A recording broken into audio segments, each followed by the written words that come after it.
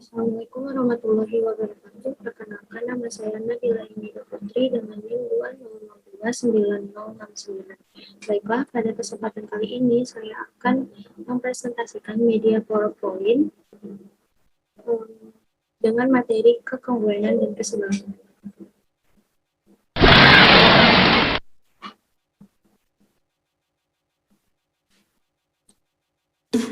Untuk di bagian awal akan terdapat judul materi yaitu kekongruenan dan keseimbangan, dan terdapat tulisan welcome to Bangwen Web. Karena di sini saya membuat media seperti siswa dalam belajar itu seperti sedang bermain game. Untuk selanjutnya diklik pada bagian click here ini.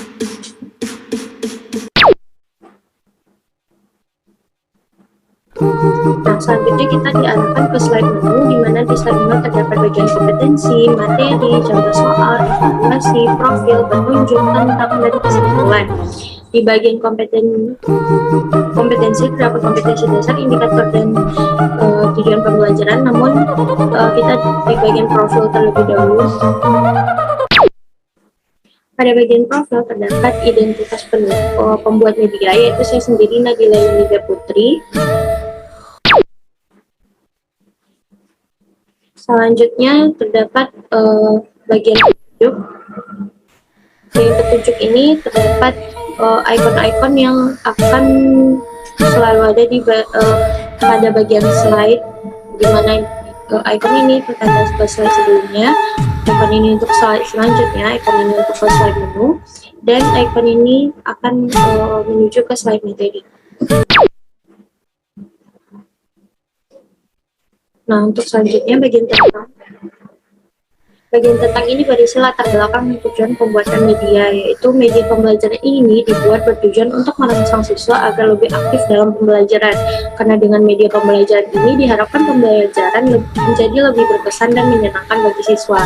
Karena selama proses pembelajaran, pendidik akan menerapkan model belajar menyimak materi dari slide PowerPoint sambil bermain ular tangga menggunakan media Bangwen.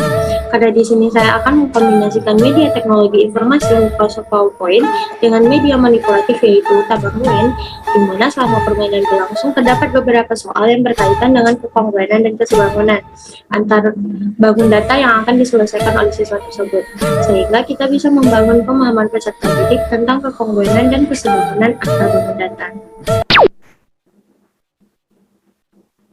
Selanjutnya ke bagian kompetensi.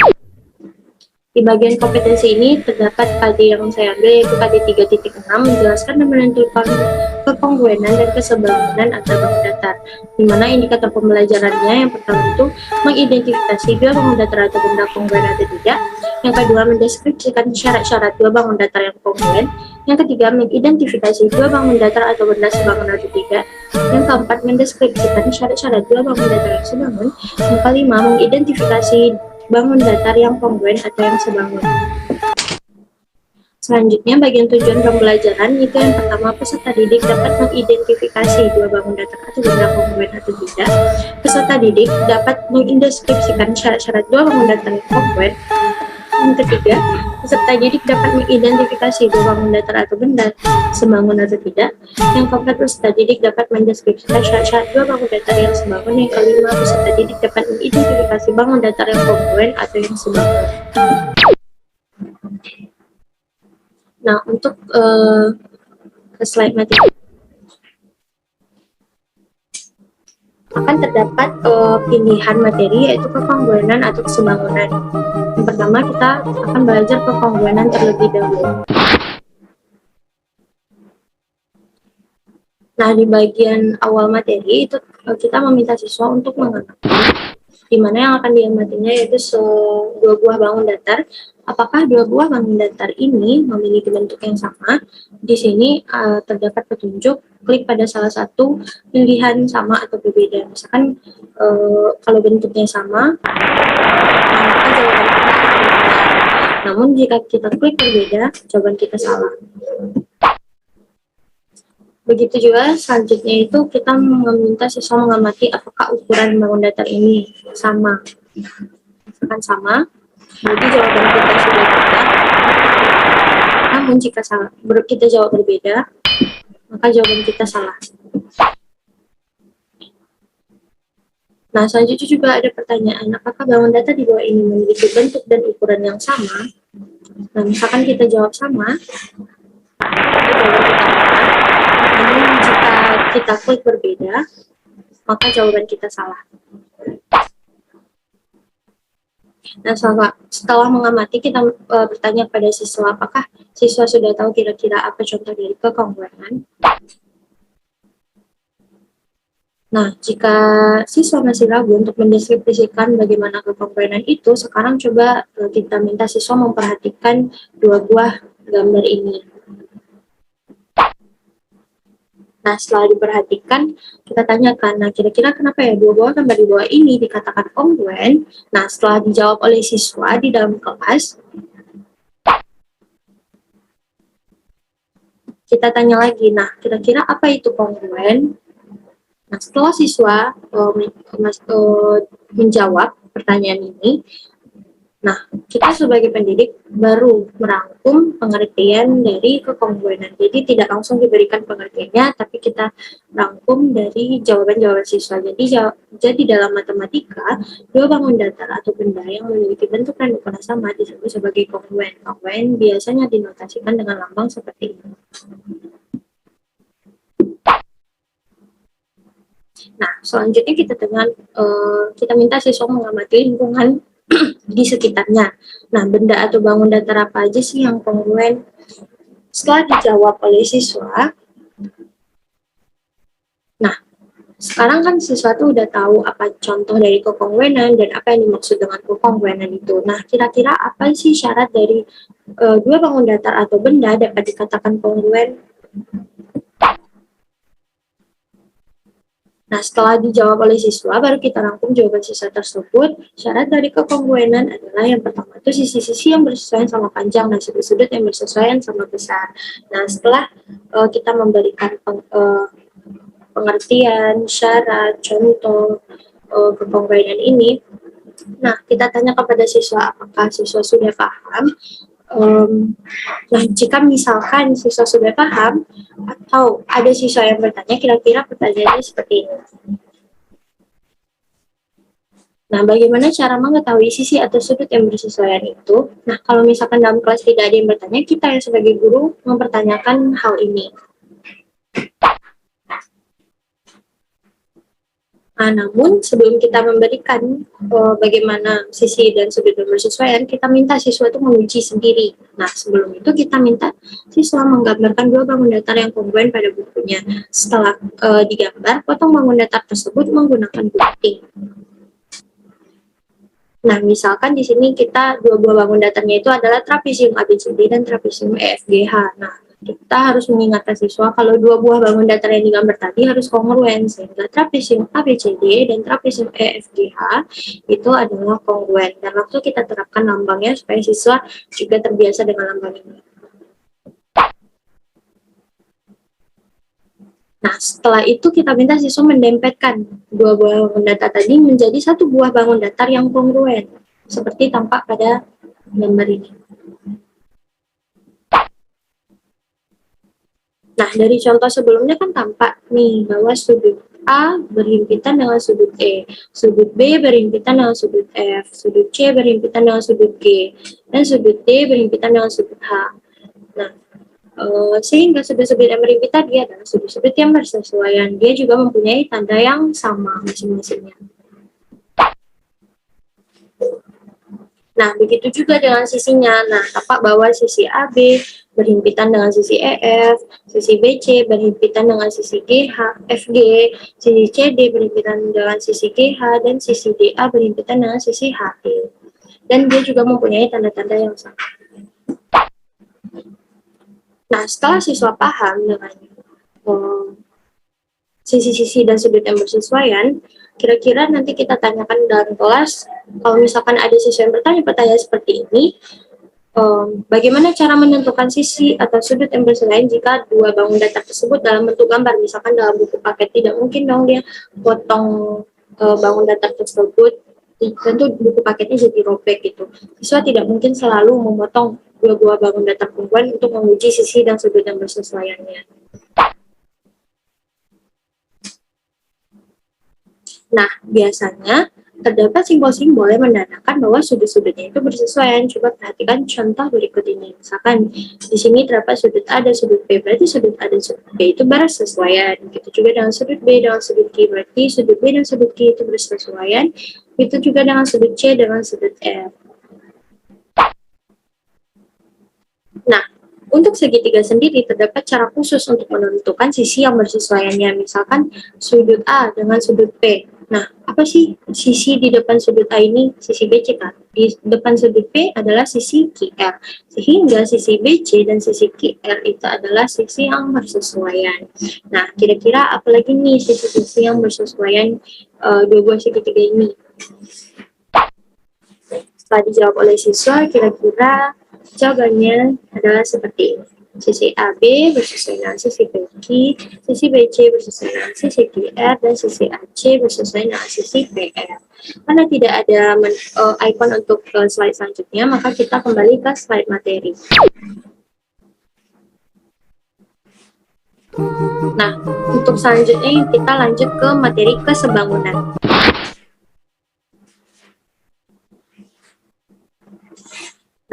Setelah siswa mempelajari apa itu kekongruenan, tentu timbul pertanyaan kesebangunan itu seperti apa ya. Namun sebelum kita memberikan apa pengertian kesebangunan, kita minta siswa mengamati contoh soal yang ada. Nih, jadi contoh kesebangunan dalam kehidupan sehari-hari seperti ini. Kira-kira mungkin gak sih kita menggambar luas wilayah Indonesia dengan ukuran yang sebenarnya pada sebuah bidang kertas? Nah, tentu tidak mungkin ya, nanti jawaban sisa tentu tidak mungkin.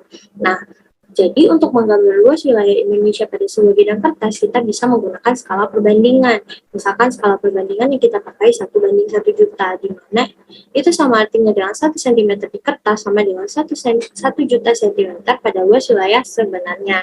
Karena skala menggunakan perbandingan, maka peta Indonesia termasuk contoh dari kesebangunan.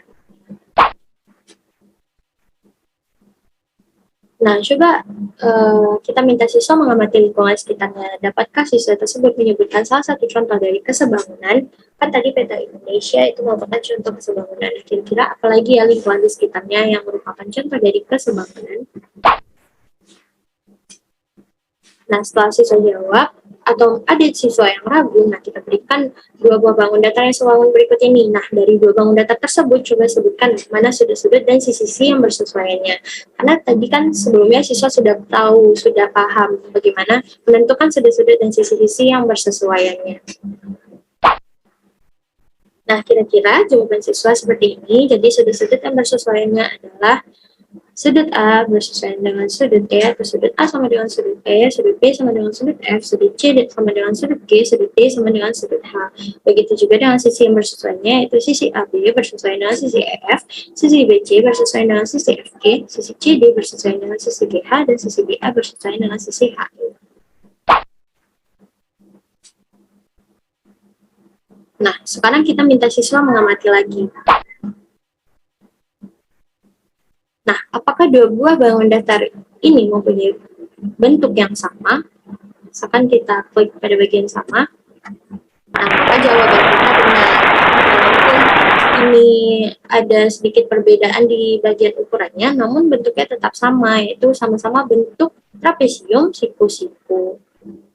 Jadi kalau kita klik berbeda, jawaban kita salah. Selanjutnya, nah, apakah dua buah bangun datar berikut mempunyai ukuran yang sama?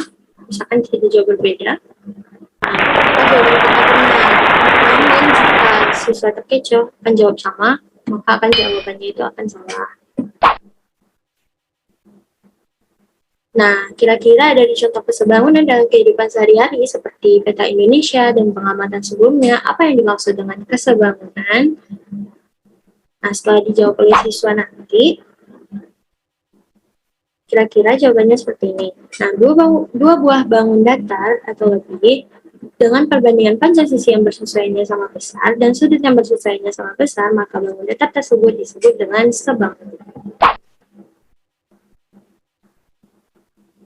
Nah, sekarang kita minta siswa mengamati dua buah bangun datar berikut. Nah, apakah panjang sisi yang bersesuaiannya mempunyai perbandingan yang sama? Misalkan kita jawab tidak.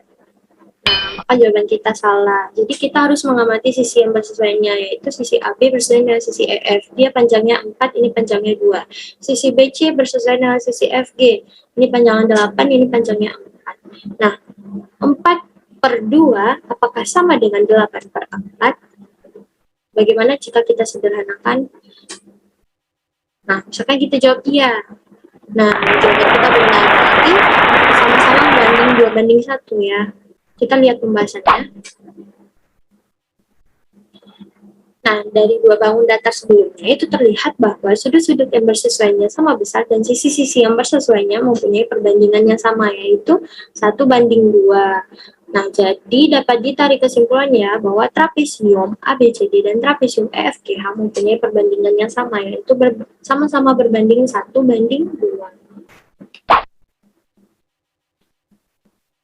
Nah, dari definisi tadi, kira-kira apa ya syarat dari dua bangun datar dapat dikatakan sebangun? Nah, setelah siswa menyebutkan nanti dalam kelas, kita rangkum jawaban siswa tersebut kira-kira seperti ini. Nah, dari contoh tersebut terlihat bahwa syarat dari kesebangunan adalah sudut yang bersesuaiannya sama besar dan perbandingan sisi-sisi yang bersesuaiannya juga sama besar. Kesebangunan dinotasikan dengan lambang seperti ini. Selanjutnya, karena kita sudah belajar dua materi, jadi tidak mungkin ke slide materi, kita lanjut ke slide menu. Kita masuk ke contoh soal.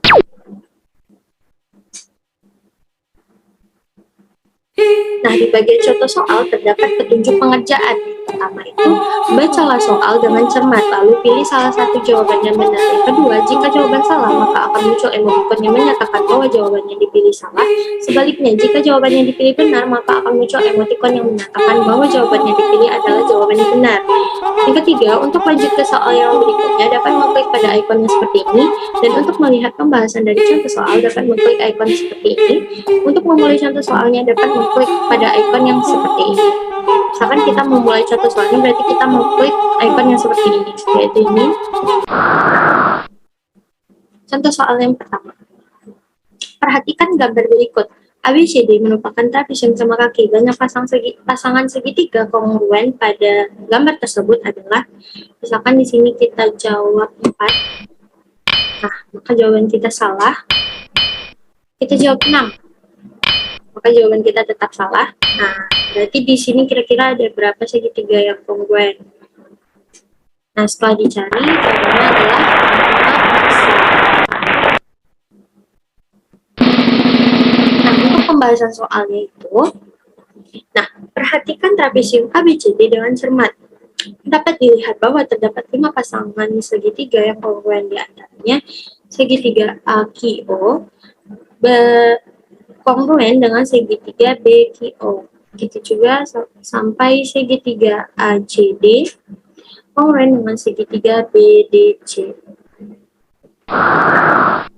Untuk soal yang kedua, perhatikan sepasang segitiga berikut. Panjang sisi CA adalah CA.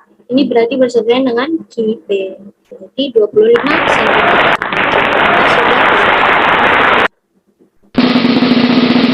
Pembahasan soalnya. Nah, berdasarkan prinsip kekongruenan diperoleh RQ sama dengan BC sama dengan 24 cm, PR sama dengan AB sama dengan 20 cm, QP sama dengan CA sama dengan 25 cm, jadi panjang sisi CA adalah 25 cm. Untuk contoh soal yang ketiga, pada segitiga ABC, diketahui besar sudut A 60 derajat dan besar sudut B 55 derajat. Sedangkan pada segitiga DEF diketahui besar sudut D 60 derajat dan besar sudut EF 65 derajat.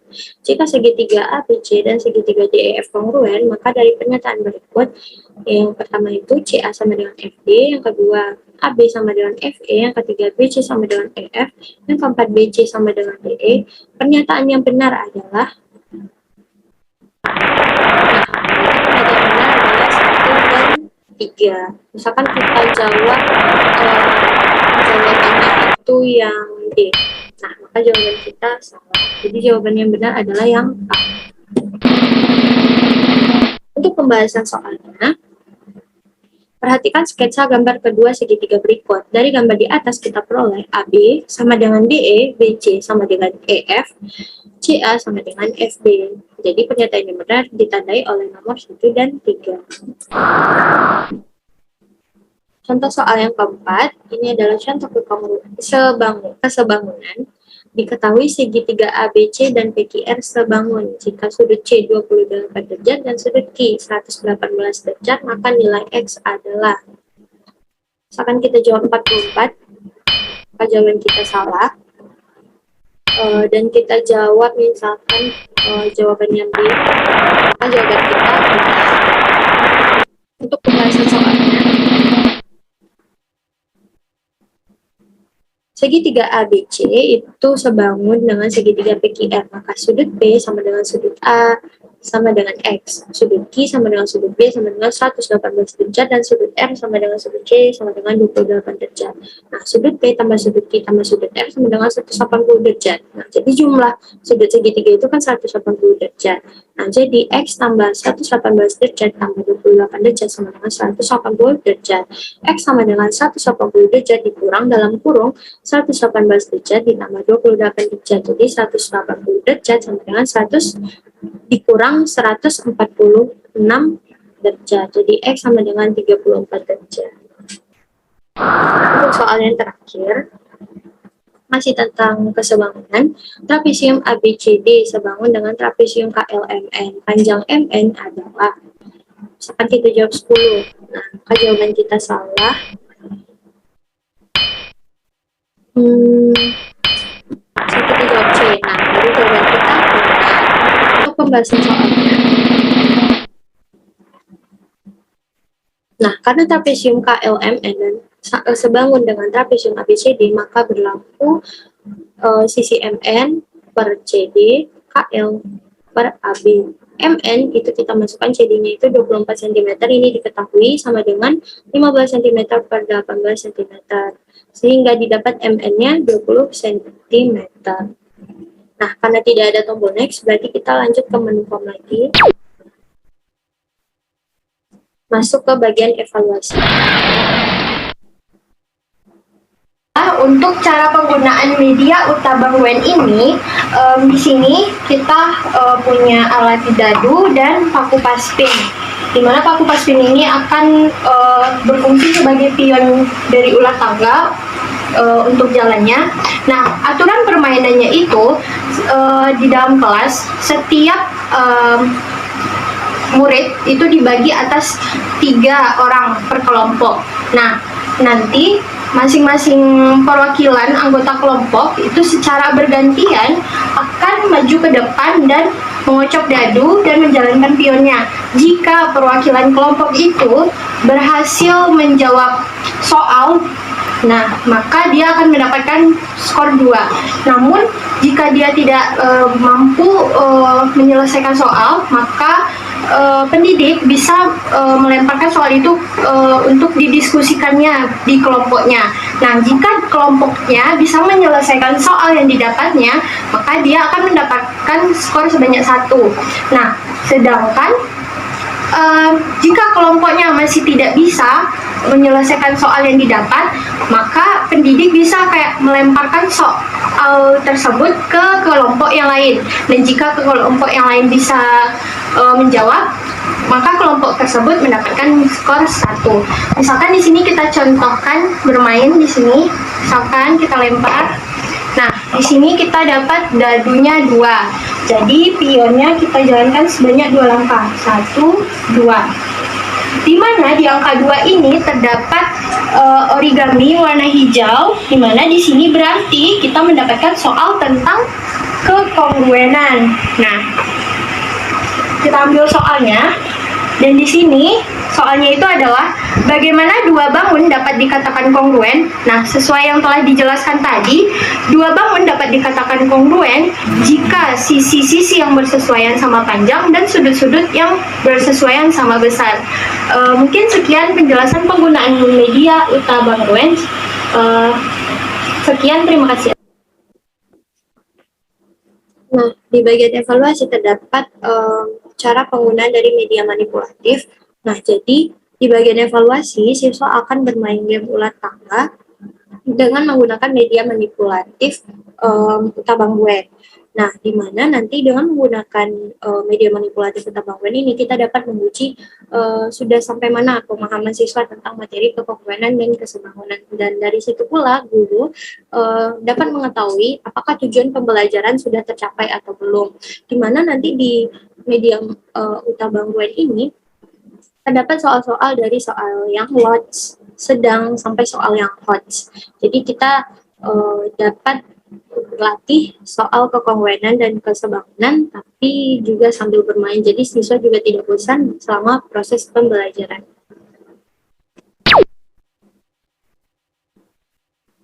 Selanjutnya yaitu pengakhirnya itu bagian kesimpulan. Jadi kesimpulan ini tidak langsung diberikan, namun kita minta dulu siswa menyimpulkan pembelajaran dan sebutkan dalam kelas gitu. Nah, setelah itu baru kita sebagai guru merangkum jawaban siswa. Nah, kira-kira kekongruenan itu kesimpulannya adalah pengertian kekongruenan itu dan syarat-syarat dari kekongruenan seperti tampak pada slide ini. Begitu juga dengan kesebangunan. Terdapat pengertian dari kesebangunan dan syarat dari kesebangunan. Nah, di sini terdapat tombol next. Nah, setelah menyimpulkan pembelajaran, maka telah usailah proses pembelajaran tentang materi kekongruenan dan kesebangunan. Sekian presentasi media, kombinasi media teknologi informasi dengan media manipulatif dari saya. Assalamualaikum warahmatullahi wabarakatuh.